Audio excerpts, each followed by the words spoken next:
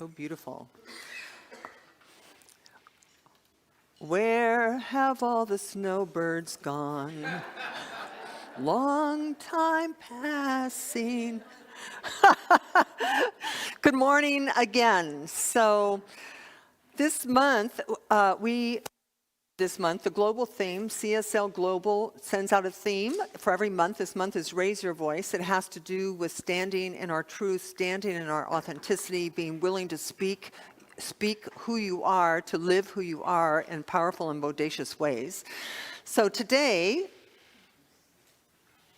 we're going to, our topic is resolving with love. Now, conflict is defined as a serious disagreement or argument, typically a protracted one. Protracted means goes on for a long time. Does anyone have any conflicts that have been going on for a long time? Family,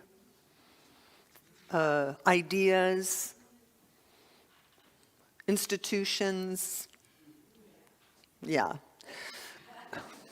Conflicts take a toll. They take a toll on us. They take a toll on our health. They take a toll on our emotional well-being. They take a toll on our families. They take a toll on the planet. They take a toll everywhere.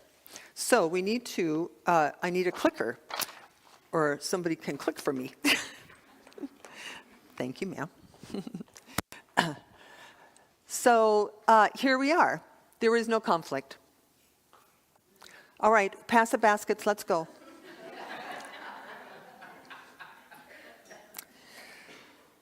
So there definitely is conflict because I know you feel conflicted in some areas with some people, with some situations. But the conflict doesn't really live in the situation or the people or the circumstances. The conflict lives in you and me. That the conflict is in us. The situation, the world itself is neutral. Now, that doesn't sound possible because there are situations we don't like. We have all the lists and the reasons of why we should be upset with someone, mad at someone, judgmental of someone. We have all the facts. And yet, the conflict that you feel is affecting your health, not theirs. It's affecting your state of mind, not theirs. So conflict is often merely a perception, but it's very much like a dark room. So darkness is not real. Darkness is not a fact. Darkness is a condition that exists until when? Until you turn on the lights. Conflict is a condition until you turn on the love. But in and of itself, it's not real. So let's do our affirmation. We do it twice, once now and once at the end. So say out loud with me, today I release any thoughts of conflict in my world and embrace who I am as a love master. Woo! Now, in the reading, it is possible that we have a situation which feels very real, which is having its effect on you, and it may feel like you cannot cover that situation with a love balm, right, with the healing energy of love. You may not actually be able to do that.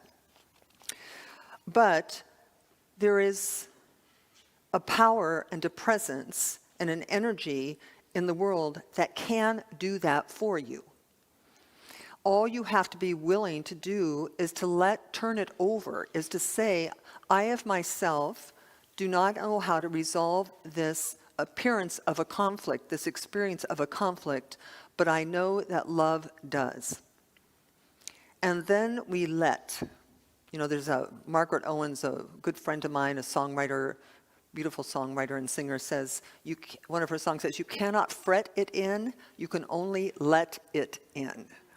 So as our closing song suggests, we have to let it. Werner Erhard, the founder of Landmark Forum, used to say, anything that you can let be can let you be. Anything that you cannot let be will not let you be.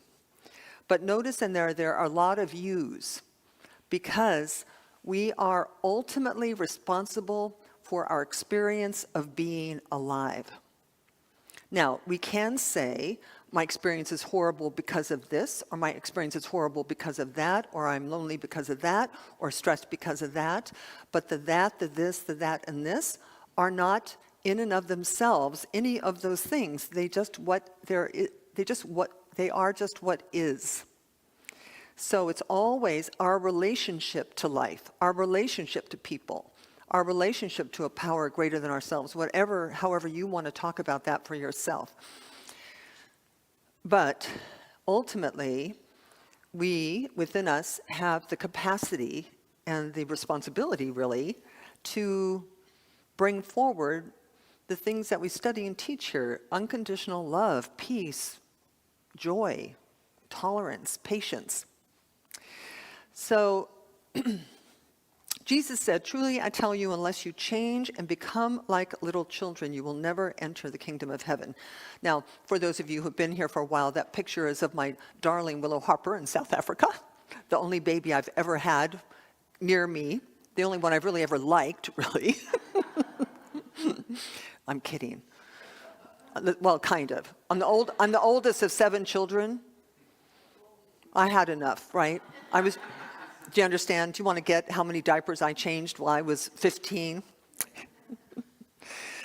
So the dirt and grit of the journey, living itself, takes us away from our truth. It takes us away from what we knew when we were 1 or 2. It just takes us away, because when we were 1 or 2, maybe even up to 3 or 4, we were just lovers. We were love masters, right? We charmed everyone who came to see us. We were happy. We were curious. We were unafraid. We raised our voices, right?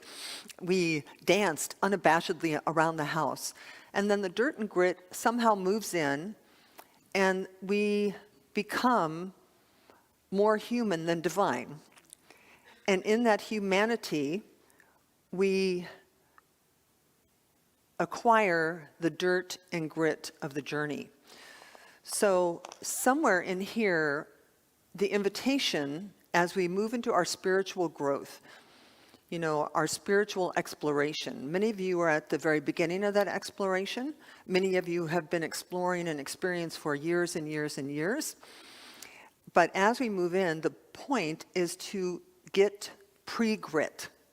We want to go back to that space which Jesus called the kingdom of heaven, which we practice here is not real estate over somewhere else. That is actually a state of consciousness in which we can choose to live now.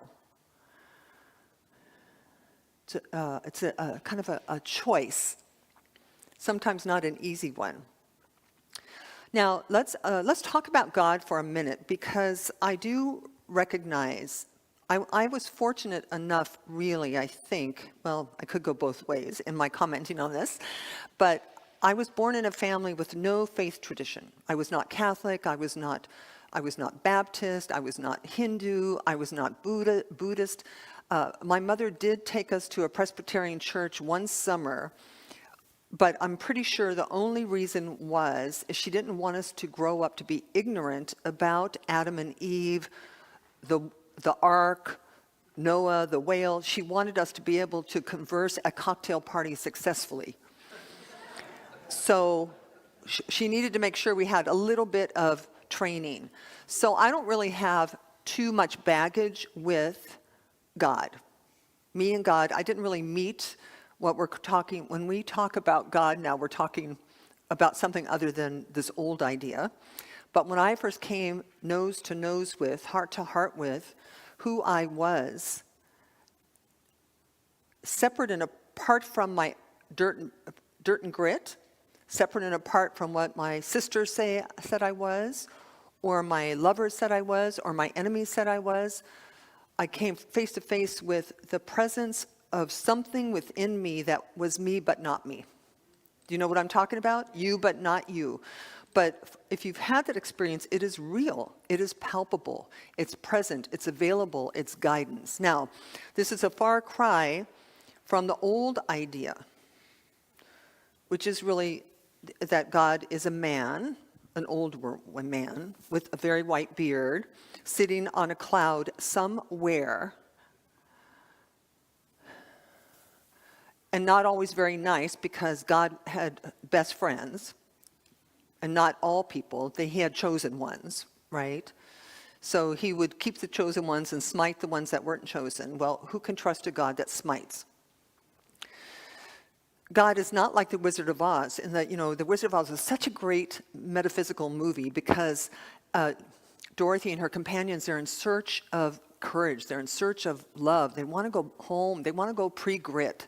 They want to find their way back to their home, which is, of course, in their hearts. And they go in search of God, in this case, a search of Wizard of Oz, knowing that the Wizard of Oz had the answers. If they could only get there, life would be good for them. And they get there, and what do they find? This little short, stubby guy behind a curtain pushing buttons. And it was clear from the get-go that whoever that wasn't going to get them home. But what did she learn? She learned her way home was where? In her, every moment. It was never not there. So this new idea of God, which I invite everyone to embrace, one is just to release the God of your history, or the God of your family, or the God of your understanding if it causes you distress or discomfort, or you can't connect. Because this connection to love is the only thing that matters. It's the only thing that matters in your life, and it's the only thing that matters in the life of our world. It's the only thing that matters to the animals in our world is love. And I'm not talking about I love you because you do what I want you to do, or you say what I want you to say, or because your body's where I want your body to be. God doesn't care about that kind of love. We call that conditional love. Unconditional love means you can do whatever you want. You can say whatever you want. You can be who you are, and I will not lock you out of my heart. You can stay here. Now, does it mean we have to date? Or does it mean we have to have dinner together? No, because we have preferences in the personalities and people that we meet. But this kind of love we're talking about will keep you dis-ease free. Dis-ease meaning disease from diseases, dis-ease from discomfort, disease from sadness. So this God, by the way, that we're all trying to get over to some degree, is a God made in the image and likeness of us. That man, over the time, has projected our dirt and grit of the journey onto this thing we're calling God. So the jealousy, the anger, the impatience, the fickleness, the judgment, all of that, that's us. Saying, oh, God must be just like us. The truth is, we're made in the image and likeness of love. So we're wanting to be humble enough to say, maybe I am more than this. Maybe I can be made in the image and likeness of unconditional love. Maybe I can be made in the image and likeness of unconditional regard and respect. Maybe, just maybe, I can allow my heart to soften. Maybe I can allow my judgments to become acceptance. Maybe I can allow my impatience to become patient. That is what we're striving to do here. Why? Because it works. Because it works for you, and because it works for the world. Ernest Holmes said, we should love ourselves so much that we cannot cause ourselves hurt, nor grief, nor sorrow, nor sadness. Because all these things are foreign to the spirit, and they do not belong to the reality of our being.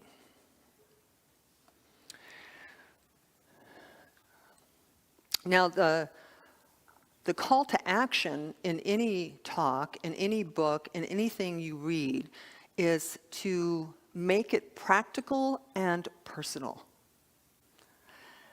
So you have to look while we're here, while I'm talking. I hope that while listening to me, you are also looking inside to see where your heart is closed, to look and see what ancient conflict that's been on your mind and heart for far too long can be released, that you can just let it be, because anything you can let be will let you be.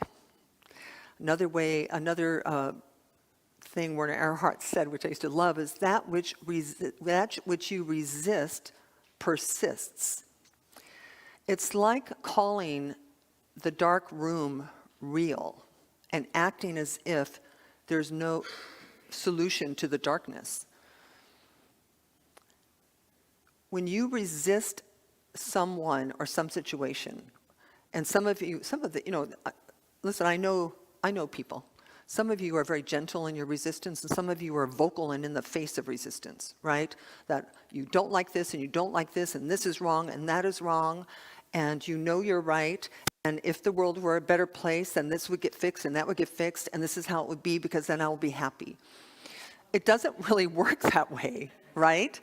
So you have to make primary your relationship to life equal to your relationship to love, which is everywhere present, inside of you and outside of you.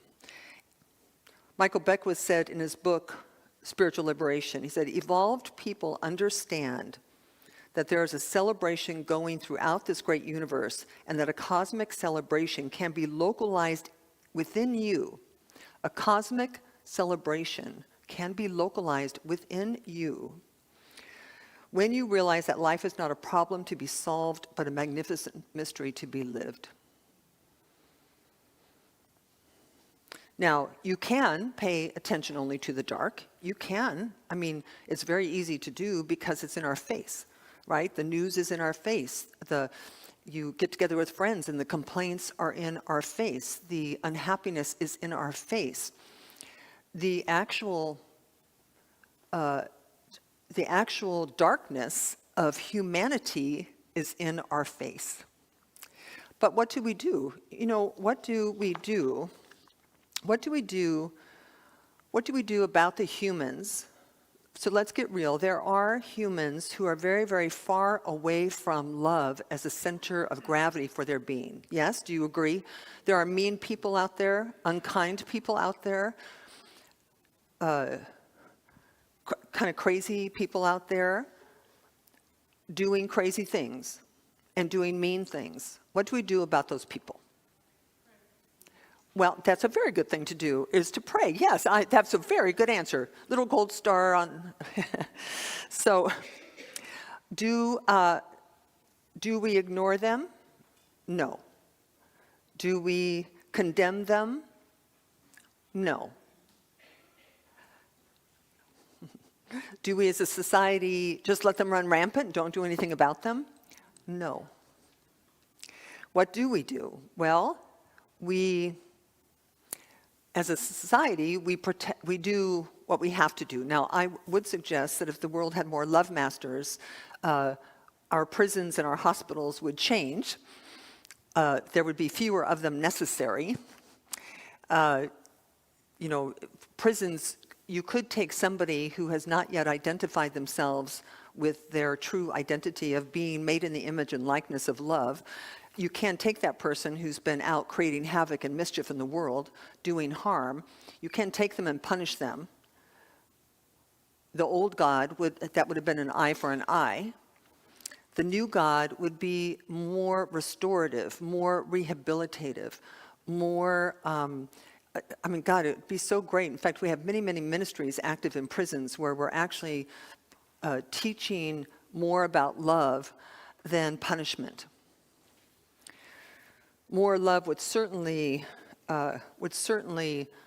go a long ways. So there was someone else who once said, Forgive them, Lord, for they know not what they do. That's what we need to say for the people we're judging, or for the people who are disrespecting you, or the people even in your families who have gone astray a little bit.